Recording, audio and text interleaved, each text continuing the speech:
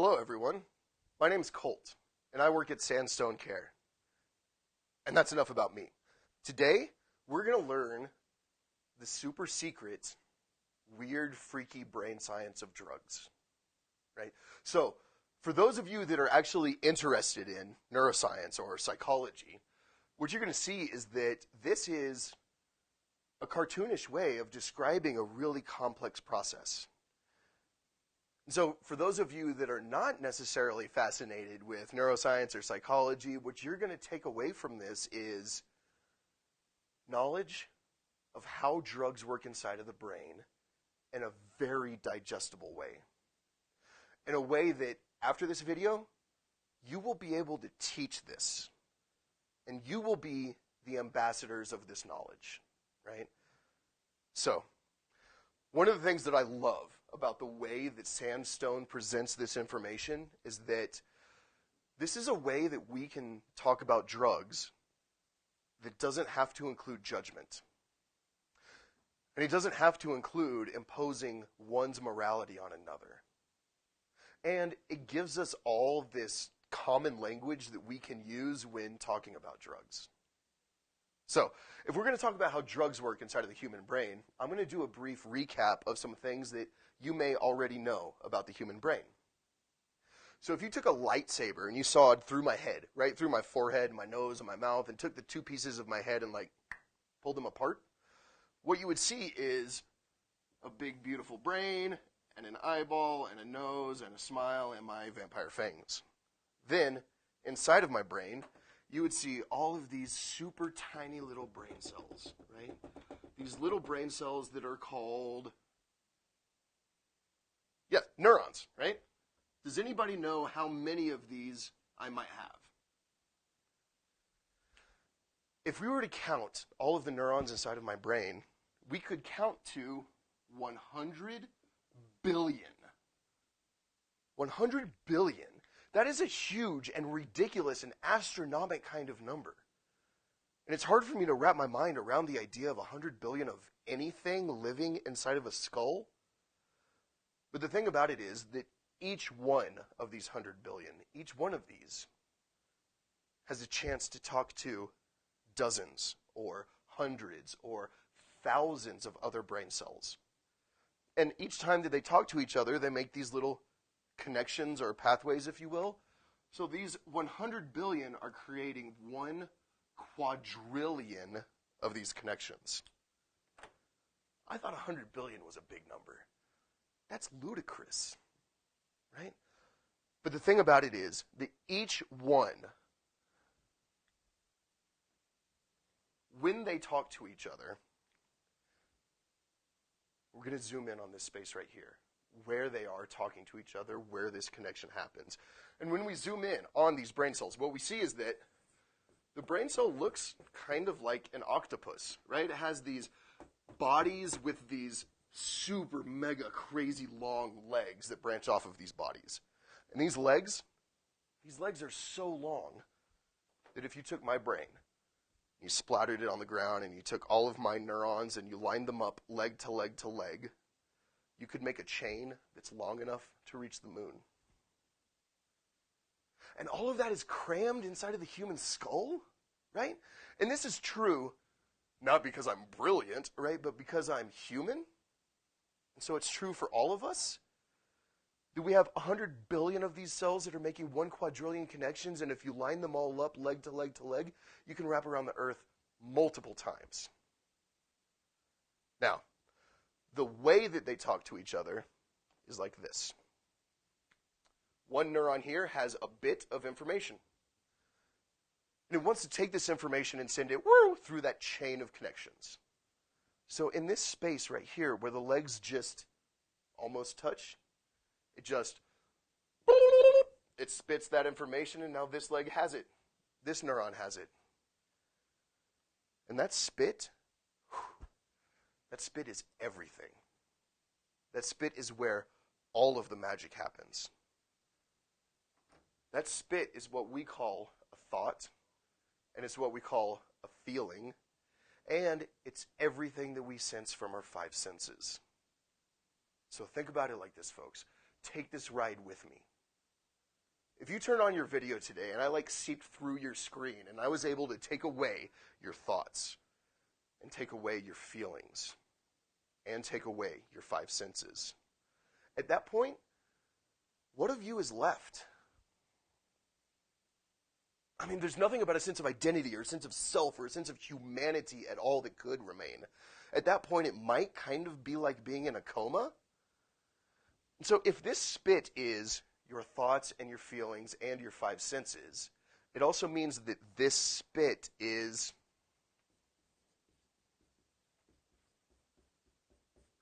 reality. This spit is how you sense the world around you and how you know your place in that world. The spit is every experience you've ever had. It's every memory that you can recall. And there are things that you can do every day to mess with this, your sense of reality, in a way that your brain loves.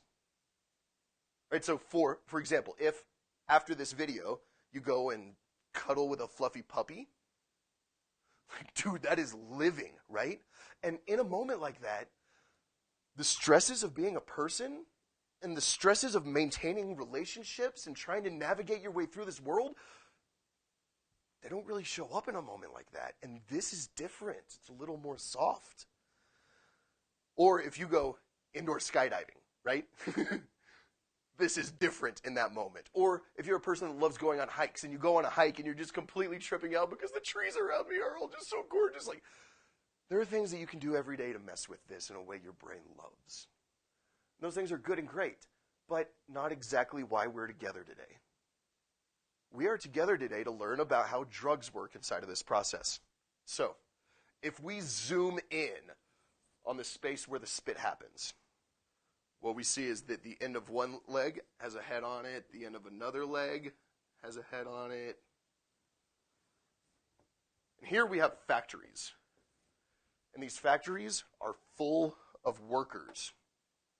And these factories and these workers, they spend all day and all night, all of their energy and all of their resources building all of the happy, feel-good, trippy brain chemicals that you need so desperately every day. So, who can name any of those happy, feel-good, trippy brain chemicals? Right, so we have dopamine. Most people know of this one. We also have serotonin, endorphins, Gaba. There's also this stuff called PEA and acetylcholine and this stuff called cortisol. And there's a whole bunch of these happy, feel-good, trippy brain chemicals, and we're not going to talk about all of them today.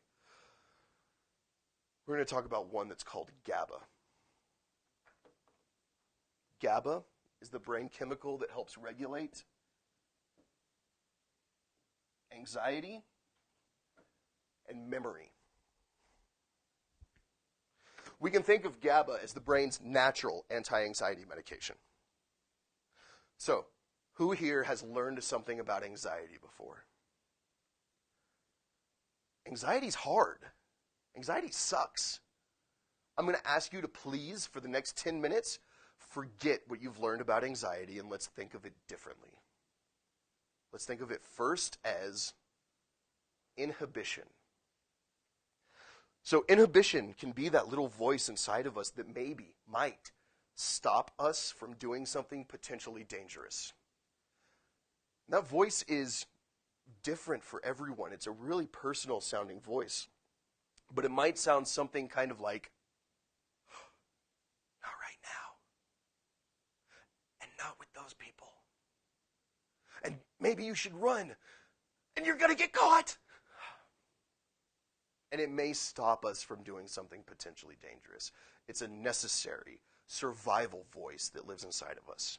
Now, if that voice gets too loud and it stops us from doing some things that maybe we should do, that's when we call it anxiety. And if it happens for a long period of time, it could be an anxiety disorder. But that necessary survival function that lives underneath anxiety, it's called inhibition. This person's brain notices a natural piece of anxiety of being a person. Let's say that it's this person's first day at a new school, and it's lunchtime. And this person's walking through the lunchroom and they have their tray of food, and that voice of anxiety is being mean to them. And it's saying things like, everybody's staring at you. Nobody here likes you. You don't have any friends here. You should run. A voice of anxiety is being mean to that person. But since the brain is so kind to us, now you won't hear me say that the mind is kind to us, but the brain definitely is. The brain notices this piece of anxiety, and so the GABA workers in their GABA factories, they shoot their pieces of GABA across the gap. And when they do, it plugs in perfectly to the GABA-shaped keyholes on the other side, and it goes billions of times down that chain, and now this person has a chance to take a deep breath. And they have found a gentle piece of relief from that anxiety, thanks to the beautiful GABA in their precious brain. And that is the happy, healthy brain. And that's how most people's brains work most of the time. Hopefully, right? And again, all of that stuff is good and great, but it's not exactly why we are together today. We are together today to try to learn about how drugs work inside of this process.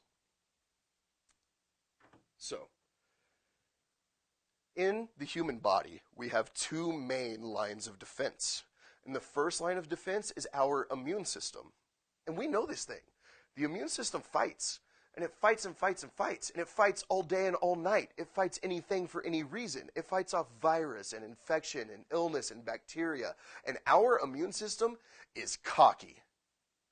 It is a whole lot more confident than it deserves to be. Because our immune system often will pick fights that it's destined to lose. And if our immune system loses a fight, we barf, or we get diarrhea, or it's really scary and we get like Zika or Ebola, or very commonly we get a cold or a flu. And so we know that this immune system is not a perfect protector. And our brain, our precious brain, cannot afford to put all of its trust into our immune system. If our brain put all of its trust into our immune system, we could easily just get a paper cut and get bacteria in the paper cut. And it flows through our blood and it gets to our brain and we get a brain infection and we would never survive infancy if our brain put all of its trust into our immune system. So our brain has another layer of protection. All right, so who here watches Star Wars? All right, so if I shoot a laser at a ship and that laser like pew, bounces off of that ship, it's because that ship has what? A force field, right? Our brain has a force field also. And in our brain, it's called the blood-brain barrier. But that doesn't really matter because we call it the big, beautiful bouncer. And we call it the big, beautiful bouncer because just like one of those big old ripped jacked dudes in front of the hottest nightclub in Denver, that bouncer has a list. And if you're not on the list, you don't get in today. That's just how it goes. But if your name is on that list, the bouncer will move that velvet rope and he'll welcome you in and you have a great night at the club. This bouncer here also has a list. And the only things on this bouncer's list are the happy, feel-good, trippy brain chemicals that you were born with. And that's it. Nothing else gets into the brain. But wait a minute, dude. That kind of sounds like junk, doesn't it? Because we know that if somebody takes a few shots of tequila and they get loose and sloppy, that there's booze on the brain. And we also know that tequila is not one of the neurotransmitters you were born with. So it has to do something to get there, right? So very similarly, if a person is not 21 yet, and they need to fool that bouncer into letting them into the club, there's a few things that person can do. Right? A fake ID? Sure, yes, that would help, but they also have to dress the part. They can't show up in a Pokemon t-shirt and flip-flops and expect to get into the club, right? Maybe they need some big old heels or like getting their hair did or full on like war paint makeup, right? Or maybe they need a three-piece suit and a painted-on beard, and if the disguise is good enough to fool the bouncer will move that velvet rope, he'll welcome them in, and they have a great night at the club. That's what's going on here. So, if a person takes a drink of alcohol, and the alcohol gets into the stomach, and it gets into the blood, and it approaches the blood-brain barrier, the big, beautiful bouncer, the bouncer looks at that alcohol and is like, whoa, dude, you're looking awfully rough today, but obviously it's you, Gaba. I'm glad to see you. Come on in. Welcome home. He moves the velvet rope and welcomes the alcohol in, dressed up as Gaba. If we look at alcohol and Gaba under a microscope, they look nearly identical. And close enough that it fools the bouncer into believing it's supposed to be there. So that's how any drug has a chance to get into the brain. It fools the bouncer by dressing up as one of the happy, feel-good tribute brain chemicals that you were born with. Now, what happens next? Because I'm a classy gentleman, I like to describe this part as explosive diarrhea or projectile vomit, right? It floods this gap. It floods it with so much more fake GABA than your brain can make, more than your brain can need, more than your brain can use. It's flooded with this fake GABA. And of course, the fake GABA is plugging in to the GABA-shaped keyholes on the other side. It's going billions of times down the chain, and now this person is having a GABA-like experience. They're drunk. Their anxiety is quelched. They're disinhibited. And their memory might have some difficulties processing short to long-term memory. We often see people that are getting really drunk having a hard time remembering what they did the night before. We know that GABA regulates anxiety and memory. And it works inside of the brain cell in nearly the same way as alcohol. But here's how they're a bit different. Let's say that you are a GABA worker in a GABA factory, and you spend all day and all night, all of your energy and all of your resources building the beautiful GABA for this precious brain. And you look out the window of your factory, and what you see is that the street is flooded with your product in abundance, for free. So much more than your factory could ever make.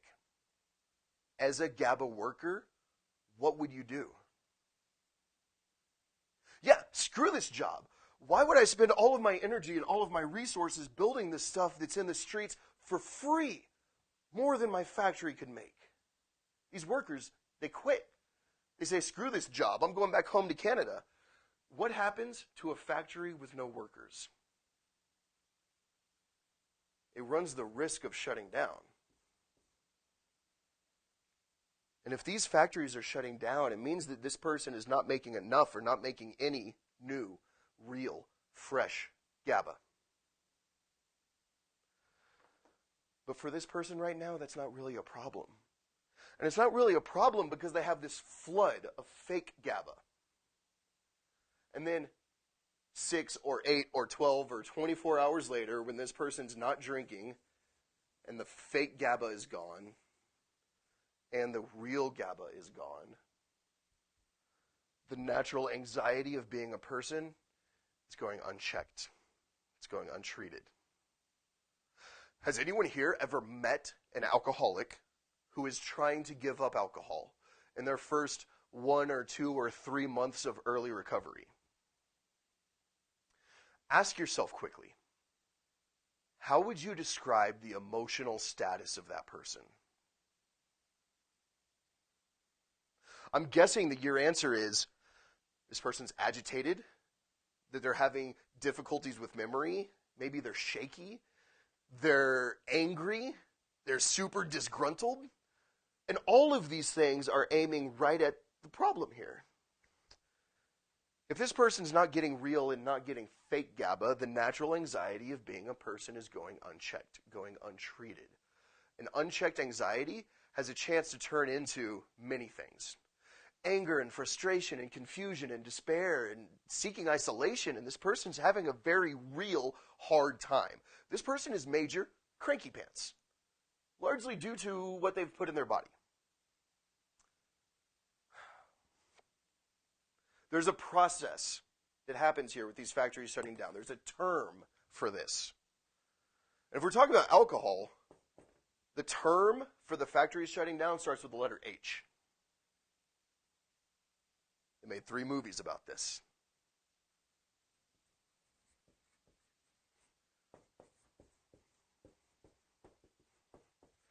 With alcohol, we can call it a hangover. With some other drugs, we could call it dope sick. But with all drugs, this process is called withdrawal. Withdrawal can do a lot of things inside of the body, but inside of the brain cell, it's our factories shutting down. So there's something else happening on the other side here, where the keyholes are. Right, so I live in Colorado, where it snows. It recently did snow, and it's going to snow again soon. Winter is coming. Now, the day that it snows, when it's all white and fluffy outside, the day that it snows, is it easy or is it difficult to go take a shovel to the white fluffy snow? I mean, it's work, but it's fairly easy, right? And then the sun comes up and it melts a little bit and the moon comes up and that slush turns to ice. Now, how hard is it to shovel that ice? It's super hard, right? There has been this flood of fake Gaba, more than the brain can make, more than the brain can need, more than the brain can use. And not all of it does get used, and it helps form kind of like a layer of ice on the receptors, or on the keyholes here. And if this happens, let's say the factories are up and running. The factories are all up and running. This person notices a natural piece of anxiety of being a person on a Monday. And on that Monday, the Gaba workers in their Gaba factories, they shoot the pieces of Gaba across the gap, and when they do, it just bounces right off. Because real Gaba can't break through that layer of ice. And so on Monday, the natural anxiety of being a person is going unchecked and going untreated. So on Tuesday, it's a little more loud, and on Wednesday, it's really loud, and on Thursday, it's overwhelming, and on Friday, this person makes a decision to treat that anxiety in the quickest and easiest way that they know how. This person makes a decision to have 2 drinks. And they follow the decision with action. They drink 2 drinks. Their first drink, all that does is just bounce right off, just like the real Gaba, right? But their second drink, that one, bounces off too. Darn it! What do they do next? Drinks number 1 and 2 didn't bring the effect that I was looking for. Maybe it's drink number 3 or drink number 4 that can start breaking through the layers of ice so that drink number 5 or drink number 6 can bring the effect that I was looking for. This person is now having to use more and more to reach the same effect as before. What is the term for that? Tolerance. This person is now having to use more and more to reach the same effect as before. There are 3 things here that are important to remember. And in these 3 ways, all drugs are similar. All drugs share these 3 traits. 1, to get into the brain, it has to dress up as one of the natural neurotransmitters that you were born with. Once it gets in and it floods the gap, we run the risk of our factories shutting down, which is the risk of withdrawal. We also run the risk of ice on our receptors, which is the risk of tolerance. These are the 3 ways in which all drugs are similar. So, before we wrap up, let's really quickly take a look at these 2 things as if they're showing up in the same person at the same time. Tolerance says, I now have to use more and more to reach the same effect as before. Withdrawal says, if I go a brief period of time without using, I face these difficult and emotional and problematic and painful kind of side effects. And we all know the quickest and the easiest way to chase those away. Use again. So this person is experiencing some withdrawal symptoms and they use again. And now that they're using again, they're also developing a tolerance, which means they now have to use more. And now that they're using more, it means that their withdrawal symptoms are getting heavier, more problematic, and more painful and more emotional. And to chase those away, they have to use more of more because their tolerance is developing a tolerance. So now that they're using more of more, it means that their withdrawal symptoms are getting heavier, more problematic, more painful, and more emotional. This person's having to spend more money, more time, and more risk, and has something in their pockets. Their tolerance is increasing, which means that their withdrawal symptoms. When these two things are showing up in the same person at the same time, that's someone that we can be concerned about. That's someone that we might be scared for. What do you think the term is for this cycle? There are a few different terms that fit here.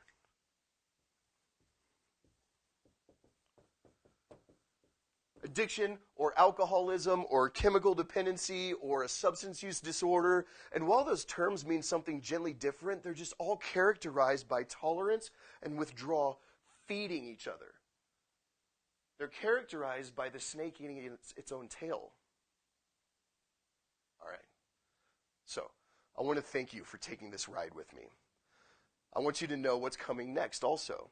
What we have coming next is, instead of the three ways in which all drugs are similar, it's how is this kind of drug different from that kind of drug?